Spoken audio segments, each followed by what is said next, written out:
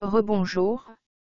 Nous avons appris les différences entre le lancement et l'atterrissage, et nous avons également appris les différences entre la livraison de votre projet et savoir si le résultat fonctionne comme prévu. Mais comment savez-vous exactement que votre projet est un succès? Comment savoir si vous avez réellement atterri? Au début du projet, vous avez défini des objectifs et des livrables mesurables, ce qui signifie que vous pouvez déterminer s'ils ont été atteints.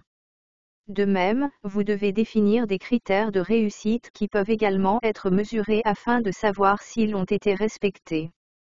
Les critères de réussite vous diront si le projet dans son ensemble a réussi ou non. Ce sont les détails spécifiques de vos objectifs et de vos livrables qui vous indiquent si vous avez accompli ce que vous vous étiez fixé. Ce sont les normes selon lesquelles le projet sera jugé une fois qu'il aura été livré aux parties prenantes et aux clients. La définition des critères de réussite clarifie également pour votre équipe ce qu'elle essaie d'accomplir au-delà du simple lancement de quelque chose aux utilisateurs. Est-ce pour augmenter la satisfaction des clients avec le service afin qu'ils puissent continuer à acheter plus de produits? Améliorer une fonctionnalité existante pour fidéliser les clients. Selon le projet, les réponses seront différentes. Mais, il est important qu'une équipe soit alignée et travaille vers un objectif commun. Parfois, forcer la conversation et clarifier à quoi ressemble le résultat final peut mettre en lumière des questions et des points de désaccord. Il n'y a pas de processus défini pour déterminer les critères de réussite, mais je vais décomposer quelques points clés à considérer. Vous vous souvenez de la partie mesurable de vos objectifs SMART? L'une des questions à se poser pour rendre vos objectifs mesurables est la suivante: comment saurai-je quand il sera atteint? La même question s'applique à votre projet: comment saurez-vous quand il sera terminé? Seulement dans ce cas, vous voulez demander: comment saurai-je quand c'est accompli avec succès? Vous pouvez mesurer pour déterminer la réussite de votre projet de la même manière que pour mesurer un objectif. Passez donc en revue les objectifs et les livrables de votre projet, examinez la portée et identifiez les aspects mesurables de votre projet. Il s'agira de l'une des métriques utilisées dans les objectifs et les livrables, ainsi que les détails de votre budget et de votre calendrier.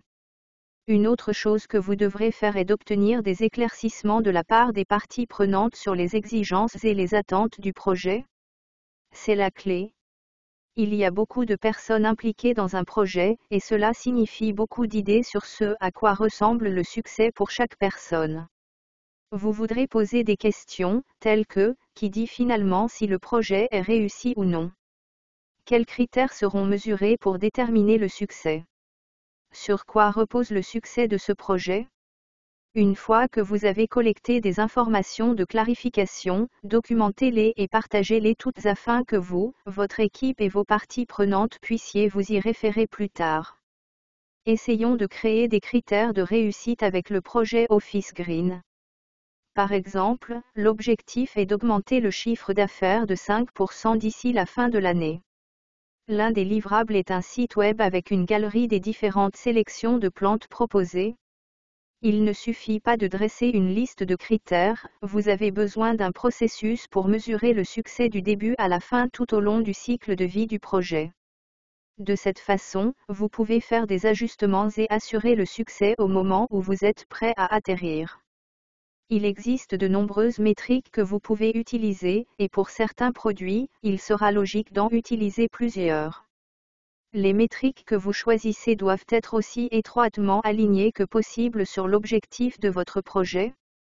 Par exemple, les indicateurs du bonheur mesurent les attitudes et la satisfaction des utilisateurs, ou la facilité d'utilisation perçue, et vous pouvez les mesurer par le biais d'enquêtes. Pour le projet Plan Pels, nous pouvons considérer un taux de satisfaction client de 85% au cours des 3 premiers mois suivant le lancement comme moyen de mesurer le succès. Vous pouvez également envisager des mesures d'adoption et d'engagement des clients, ainsi que des mesures plus axées sur l'entreprise qui suivent des éléments tels que les ventes et la croissance. L'adoption fait référence à la façon dont le client utilise et adopte un produit ou un service sans aucun problème. L'engagement fait référence à la fréquence et à l'importance des interactions et de la participation des clients au fil du temps. Les mesures d'adoption peuvent inclure le lancement d'un nouveau produit auprès d'un groupe d'utilisateurs et le fait qu'un grand nombre d'entre eux l'utilisent ou l'adoptent. Les mesures d'engagement peuvent inclure l'augmentation de l'utilisation quotidienne d'une fonctionnalité de conception ou l'augmentation des commandes et des interactions avec les clients. À l'aide de l'exemple d'Office Green, le suivi du nombre de clients qui s'inscrivent initialement et utilisent le service Plan Pels est une mesure d'adoption. Le suivi du nombre de clients qui renouvellent leur service Plan Pels, publient à ce sujet ou partagent des commentaires sont des mesures d'engagement. Une fois que vous avez défini les métriques que vous allez mesurer, réfléchissez à la façon dont vous suivez ces métriques.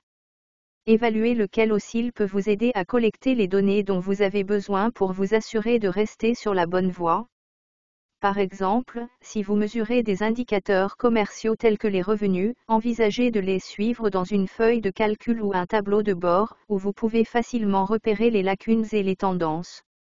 Si vous mesurez la satisfaction client, vous pouvez penser à un moyen d'inciter les clients à participer à des sondages réguliers par email et créer un système pour mesurer leurs réponses lorsqu'ils y participent. Vous pouvez également utiliser vos outils de gestion de projet pour vérifier les mesures d'efficacité, comme le pourcentage de tâches terminées ou si le projet progresse conformément au délai prévu. Il est judicieux de mesurer le succès de votre équipe lorsqu'un projet ou un produit est en cours. Par exemple, vous pouvez organiser une revue de projet une fois par mois, demander aux membres de l'équipe de remplir des listes de contrôle des tâches dans certains délais ou organiser des sessions de commentaires en direct avec vos utilisateurs ou clients. Il existe de nombreuses façons de mesurer le succès. La clé est de choisir les méthodes qui fonctionnent le mieux pour vos critères de réussite. C'est une bonne idée d'inclure, avec chaque critère de réussite de votre liste, les méthodes permettant de mesurer le succès, la fréquence à laquelle il est mesuré et qui est responsable de le mesurer. Partagez votre document de critères de réussite avec vos parties prenantes et demandez-leur si elles sont d'accord avec la manière dont le succès du projet sera déterminé. C'est aussi une bonne idée d'avoir les parties prenantes appropriées approuver les critères de réussite. De cette façon, tout le monde saura clairement qui est responsable de quelle tâche, et vous comprendrez tous parfaitement ce qu'implique le chemin du succès. Gardez cette documentation visible pendant toute la durée du projet et communiquez-la clairement à votre équipe à chaque étape du processus. Ce sont eux qui essaieront de répondre à toutes les différentes exigences, alors ne les laissez pas dans l'ignorance de ce qu'ils sont censés faire ou de la façon dont ils sont censés le faire.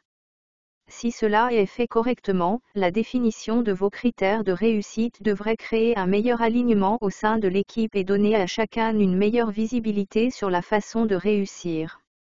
La clarté des indicateurs de réussite aide également les équipes à hiérarchiser les efforts qui ont le plus d'impact sur leurs utilisateurs. Définir la réussite d'un projet est une partie complexe mais cruciale de la gestion de projet. Avec de plus en plus de pratiques, ce processus vous viendra plus naturellement dans les étapes de planification et tout au long de votre projet. Nous continuerons à explorer et à parler davantage de ces concepts tout au long du cours. Bon travail! Vous avez presque terminé avec le module 2. Je vous verrai dans un instant pour revoir ce que nous avons couvert.